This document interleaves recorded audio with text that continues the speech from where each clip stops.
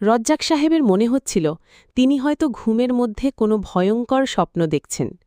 কান্নার আওয়াজ, গোসলের আয়োজন, সাদা কাফনের কাপড়, সবকিছু যেন ঘোলাটে এক দৃশ্য। মনে হচ্ছিল কেউ তাকে ডেকে তুললেই সব স্বাভাবিক হয়ে যাবে। কিন্তু না, চোখ মেলে দেখলেন চারপাশ অন্ধকার, গায়ের কাপড়ে কাদা আর মাটির গন্ধ। তিনি অবাক হয়ে ভাবলেন, আমি কোথায়? আমার জামা কাপড় কোথায়?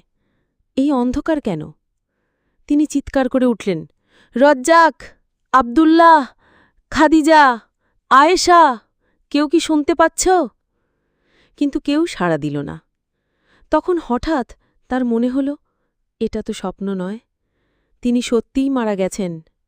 বুকের ভিতর কেঁপে উঠল, অজান্তেই কান্নায় ভেঙে পড়লেন। হিয়া আল্লাহ, আমাকে মাপ করে দাও, আমি তোকে ডাকছি। এরপর দুজন ফেরেশতা তার কাছে এলেন। যদি তিনি ভালো কাজের মানুষ হন, তবে তারা মধুর হাসি দিয়ে বলবেন, ভয় পেও না, এখন থেকে শান্তি পাবে।